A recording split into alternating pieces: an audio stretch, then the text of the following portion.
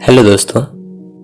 तो एक बार फिर से मैं आपका दोस्त अजय आपका स्वागत करता हूं आपके अपने नॉलेजेबल चैनल इंडेम्निटी बुल में। तो लास्ट वीडियो में हमने इक्विटी मार्केट को समझा था। अगर वो वीडियो आपने मिस कर दिया है और उस वीडियो को आप ज़रूर देख लीजिए, बिकॉज ये वीडियो उसी वीडियो का सेकंड पार्ट है। तो आज की वीडियो में हम डेरिवेटिव्स के बारे में बात करने वाले हैं। इस वीडियो में जो भी टॉपिक्स हम कवर करेंगे वो रहेंगे What are derivatives, types of derivatives, उनका पूरा एंटायर डिस्क्रिप्शन रहेगा और बीच बीच में कुछ फैक्ट्स बताऊंगा जो मैंने अपनी एक्सपीरियंस से सीखे हैं। तो वीडियो को पूरा ज़रूर देखें और ऐसी एजुकेशनल वीडियोस पाने के लिए हमारे चैनल को सब्सक्राइब ज़रूर करें। तो चलिए शुरू करते हैं।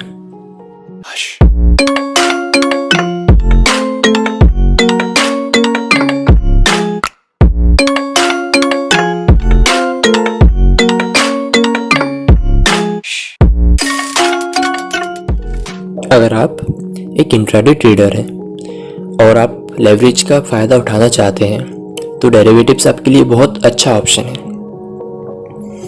जैसे कि आपको इक्विटी मार्केट में पैसे पे करने होते हैं, वैसे आपको डेरिवेटिव्स में पे नहीं करने होते। तो आइए सबसे पहले समझते हैं कि डेरिवेटिव्स आखिर होते क्या हैं। तो डेरिवेटिव्स ऐसे फाइनेंशियल कॉन्ट्रैक्ट्स होते हैं जिनकी वैल्यू किसी उनकी अंडरलाइंग असेट्स से या फिर स्टॉक, इंडाइस, कमोडिटी, करेंसी, इन सब से डिराइव होती है। मतलब ये किसी दूसरी चीज़ पर रिलाई करते हैं, किसी दूसरी चीज़ से ही अपना एग्जिस्टेंस बनाते हैं। इनकी जो वैल्यू होती है वो किसी भी मार्केट से आ सकती है और अगर आप इक्विटी, करेंसी या कमोडिटी किसी भी मार्केट में ट्रेड करना चाहते हैं तो आप डेरिवेटिव्स में आसानी से ट्रेड कर सकते हैं। और इसमें आपको एक लेवरेज भी मिलता है जिसमें आपको पूरा पैसा पे नहीं करना पड़ता है, कुछ मार्जिन अमाउंट या प्रीमियम अमाउंट ही पे करना होता है। 2019 में एक सर्वे हुआ था जिसमें पता लगाया गया था कि इंडिया में जो नेशनल स्टॉक एक्सचेंज है, NSE प्लेटफॉर्म है, वो पूरी दुनिया में सबसे ज़्यादा डेरिवेटिव्स में ट्रेड करने वाला प्लेटफॉर्म है, जिसमें एक साल में लगभग 6000 करोड़ कॉन्ट्रैक्ट्स प्लेस हुए थे। अगर डेरिवेटिव्स को इक्विटी से कंपेयर किया जाए तो जहां आप इक्विटी में 1000 रुपये पे करेंगे एक शेयर के लिए, यहाँ पे वो शेयर आपको 100 रुपये में भी मिल सकता है। लेकिन डिफरेंस इतना रहता है कि यहाँ पर एक फिक्स्ड लॉट साइज रहती है जो कि सेबी द्वारा फिक्स करी जाती है। अगर आप सेबी को नहीं जानते तो सेबी का फुल फॉर्म होता है security exchange board of India, जो पूरी इंडिया में जहाँ भी शेयर्स से रिलेटेड काम होता है उनको कंट्रोल करता है और उनके ऊपर लुकअप करता है। भले चाहे वो कोई भी ऑर्गेनाइजेशन हो, कोई भी ब्रोकरेज फर्म हो या कोई भी कंपनीज हो, सेबी उनको कंट्रोल करता है और वही इनको लॉट साइज प्रोवाइड करता है एज वेल एज इनकी प्रीमियम कैलकुलेशन के फॉर्मूलाज भी देता है। तो अब हम देखते हैं डेरिवेटिव्स के टाइप्स को। तो डेरिवेटिव्स दो टाइप्स के होते हैं, एक होता है फ्यूचर, एक होता है ऑप्शन। तो सबसे पहले हम फ्यूचर्स को समझते हैं। फ्यूचर को अगर डेफिनेशन के हिसाब से देखा जाए तो आने वाले समय में जिन प्रोडक्ट की डिलीवरी होनी है उन प्रोडक्ट की प्राइस को पता लगाना फ्यूचर्स होता है। अगर हम इसे एक एग्जाम्पल के थ्रू समझें तो मिस्टर ए जो एक किसान थे, उन्होंने अपनी ज़मीन पर गेहूं का कल्टीवेशन किया था, गेहूं बोए थे। उनको पहले से ही पता था कि उनकी ज़मीन पर लगभग 1000 क्विंटल गेहूं उगने वाला है। तो उन्होंने 3 महीने पहले ही उस गेहूं का 3 लोगों से अलग अलग टाइम पे कॉन्ट्रैक्ट बना लिया। उन्होंने 250 क्विंटल गेहूं उनको एक फिक्स प्राइस पर बेचने का वादा कर दिया। तो मतलब उन्होंने आज के समय में ही आने वाले 3 महीने में जो जिन प्रोडक्ट की डिलीवरी होनी है उनकी प्राइस का आज ही पता लगा लिया। तो इसी बेसिस पर फ्यूचर्स काम करता है।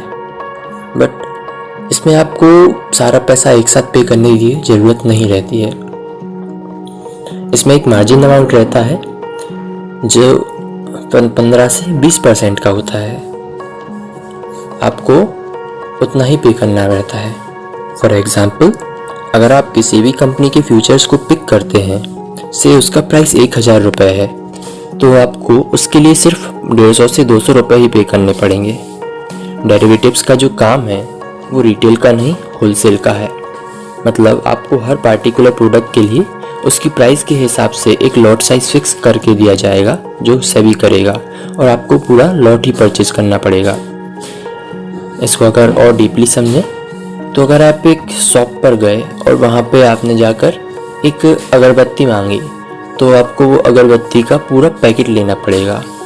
शॉपकीपर आपको एक पर्टिकुलर सिंगल इंसेंस स्टिक नहीं देगा। बट अगर देखा जाए तो जहाँ आप इक्विटी में 1000 रुपये लगाकर एक शेयर खरीद रहे थे, वहीं फ्यूचर्स में आप 1000 रुपये लगाकर उसके 5 से 10 शेयर्स भी खरीद सकते हैं और आपको 5 से 10 शेयर का ही प्रॉफिट होगा। कहते हैं ना कि जितना बड़ा आप रिस्क लेंगे उतना ही आपको रिटर्न भी मिलेगा। एज वेल एज फ्यूचर्स में आपको 5 से 7 टाइम्स का लेवरेज भी मिल जाता है। लेवरेज का मतलब होता है कि आपको इतना उसके मुकाबले इतना कम पैसा पे करना पड़ेगा। तो अब अगला डेरिवेटिव्स होता है ऑप्शंस। ऑप्शन में इक्विटी और फ्यूचर से अलग आपको एक पार्टिकुलर स्ट्राइक प्राइस के लिए उसके अकॉर्डिंग एक प्रीमियम कैलकुलेट करके दी जाती है। प्रीमियम कैलकुलेशन का एक फॉर्मूला होता है जो सेबी प्रीडिफाइन करके रखती है, और इसमें भी फ्यूचर्स के जैसे ही आपको एक लॉट साइज भी प्रोवाइड करी जाती है। तो इसमें आपको सिर्फ प्रीमियम अमाउंट पे करके एक पूरे लॉट का पोजीशन मिल जाएगा, मतलब आप उस पूरे लॉट के मालिक बन जाएंगे। और ऑप्शन को थोड़ा और डीपली समझा जाए तो मार्केट चाहे बेयरिश ट्रेंड में हो या फिर बुलिश ट्रेंड में हो, आप दोनों ही फ्लक्चुएशन में प्रॉफिट निकाल सकते हैं। और ऑप्शंस में आपको जो लेवरेज मिल जाता है वो लगभग 50 गुना होता है, 50 टाइम्स का लेवरेज मिल जाता है। तो अगर आप ट्रेडिंग स्टार्ट करना चाहते हैं बहुत कम इन्वेस्टमेंट के साथ, कहिए 5000 से भी आप इन्वेस्टमेंट करना चाहते हैं, तो ऑप्शन मार्केट आपके लिए बहुत सूटेबल रहेगा। लेकिन बहुत ज़्यादा रिस्क रहता है इसमें, बिकॉज अभी तक का सबसे वर्सेटाइल मार्केट होता है जिसमें सबसे ज़्यादा फ्लक्चुएशन देखने को मिलता है, बिकॉज रिटर्न भी बहुत ज़्यादा मिलता है। ऑप्शन भी फर्दर 2 टाइप्स में क्लासिफाइड है। पहला होता है कॉल ऑप्शन और दूसरा होता है पुट ऑप्शन। जब मार्केट बुलिश ट्रेंड में हो तब आप कॉल ऑप्शन बाय करते हैं बिकॉज कॉल ऑप्शन बढ़ता है, और जब मार्केट बेयरिश ट्रेंड में हो तब आप पुट ऑप्शन बाय करते हैं बिकॉज पुट ऑप्शन बढ़ता है। बुलिश ट्रेंड में होने पर कॉल ऑप्शन बढ़ेगा और बेयरिश ट्रेंड में होने पर पुट ऑप्शन बढ़ेगा। मतलब दोनों ही ट्रेंड में आप ट्रेड कर सकते हैं in respective of market. Share price से जितनी दूर स्ट्राइक प्राइस होगी उसकी प्रीमियम भी उतनी ही ज़्यादा और कम होती जाएगी। तो इसे एक प्रैक्टिकल के थ्रू समझते हैं। करेंटली बजाज फाइनेंस का जो शेयर है वो नियरली 2300 के आई लगभग चल रहा है। तो उसके लिए इस मंथ की एक्सपायरी के लिए हमने 2300 की स्ट्राइक प्राइस के लिए उसका कॉल ऑप्शन का प्रीमियम चेक करा, तो जो लगभग 129 रुपये पड़ा, और जिसका लॉट 250 रुपये प्रोवाइडेड है। मतलब इस पार्टिकुलर ऑप्शन के लिए हमें 32,000 के आसपास पे करने पड़ेंगे। बट अगर आप थोड़ा दूर जाकर देखेंगे, कहिए 2750 का स्ट्राइक प्राइस आप चेक करेंगे, तो उसका प्रीमियम जो कैलकुलेट होके आएगा वो सिर्फ 26 रुपये रहेगा।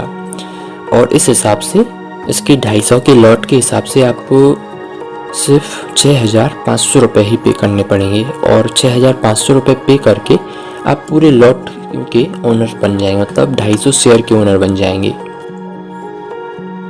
वहीं अगर आप इक्विटी में ट्रेड करते हुए 250 शेयर परचेज करेंगे 2300 के प्राइस पर, तो आपको 5,75,000 रुपये पे करने पड़ेंगे। लेकिन ऑप्शंस में उतने ही शेयर का आपको सिर्फ 6500 रुपये पे करने पड़ेंगे और आपके पास 250 शेयर की ओनरशिप आ जाएगी।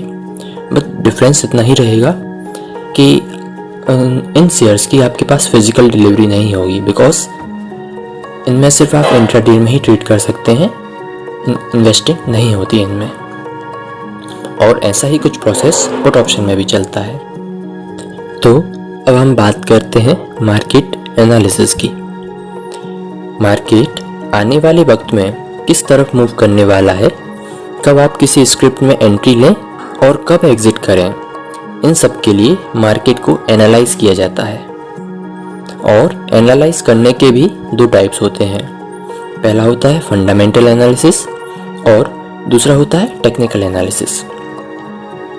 फंडामेंटल एनालिसिस के थ्रू कंपनी को एवेल्युएट कर उसकी इंट्रिंसिक वैल्यू और उन फैक्टर्स को आने वाले समय में कंपनी को जो इफेक्ट करेंगे उनको पढ़ा जाता है, जो कि mainly company earnings, industry trend, competitor guidance etcetera से आने वाली फ्यूचर में उस कंपनी के शेयर को अफेक्ट करते हैं। ये ज़्यादातर लॉन्ग टर्म होल्डिंग या डिलीवरी के काम में आते हैं। और वहीं दूसरी तरफ अगर आप इंट्राडे ट्रेडर हैं तो आप टेक्निकल एनालिसिस आपके लिए बहुत सूट करेगा, बिकॉज टेक्निकल एनालिसिस के थ्रू किसी स्टॉक की प्राइस को देखकर उसके पैटर्न को एनालाइज करके स्टैटिस्टिकल मेथड और उसके पास्ट मार्केट डाटा को देखकर उसकी फ्यूचर मूवमेंट को प्रेडिक्ट किया जाता है। फंडामेंटल एनालिसिस का सबसे सही जो एग्जाम्पल रहेगा वो रहेगा क्वार्टरली रिजल्ट्स, और टेक्निकल एनालिसिस का जो सबसे सही एग्जाम्पल है वो कैंडलस्टिक पैटर्न या चार्ट इंडिकेटर्स रहेंगे। जी हाँ, अगर आप इंट्राडे ट्रेडर हैं तो आपके लिए चार्ट और इंडिकेटर बहुत हेल्पफुल रहेंगे। आने वाले समय में मैं जो भी इंडिकेटर्स यूज़ करता हूँ उन पर कुछ वीडियोस अपलोड करूँगा जो कि आपके लिए बहुत हेल्पफुल रहेंगी, तो आप ज़रूर देखिएगा उन वीडियोस को भी। हर डेरिवेटिव्स की एक्सपायरी होती है जो कि मंथ की लास्ट थर्सडे की होती है।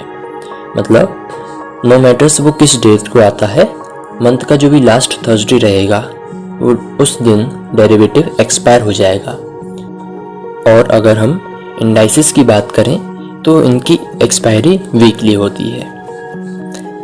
इनमें एक टिक प्राइस दी रहती है, मतलब इसमें कम से कम कितना चेंज आ सकता है, तो वो रहती है 0.05 रुपीज़। और ये कभी भी नेगेटिव नहीं होते हैं। ये थर्सडे की एक्सपायरी को एंड होकर 0.05 पर आ सकते हैं, लेकिन इससे नीचे कभी नहीं जाएंगे। और इनका जो कैलकुलेशन होता है वो 0.05 रुपीज़ के ही मल्टीपल्स में होता है। ओके, तो आज की वीडियो में हमने डेरिवेटिव्स, उनके टाइप और उनके भी सब टाइप्स को पढ़ा, साथ में ही मार्केट एनालिसिस को भी पढ़ा। होप आपको ये वीडियो पसंद आया होगा और जो भी इन्फॉर्मेशन मैंने आपको प्रोवाइड करी है वो आपको जल्द ही या आसानी से समझ आ गई होगी।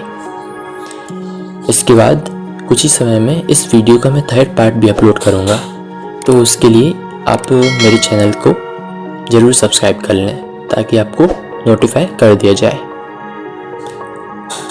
और वीडियो देखने के लिए बहुत बहुत धन्यवाद।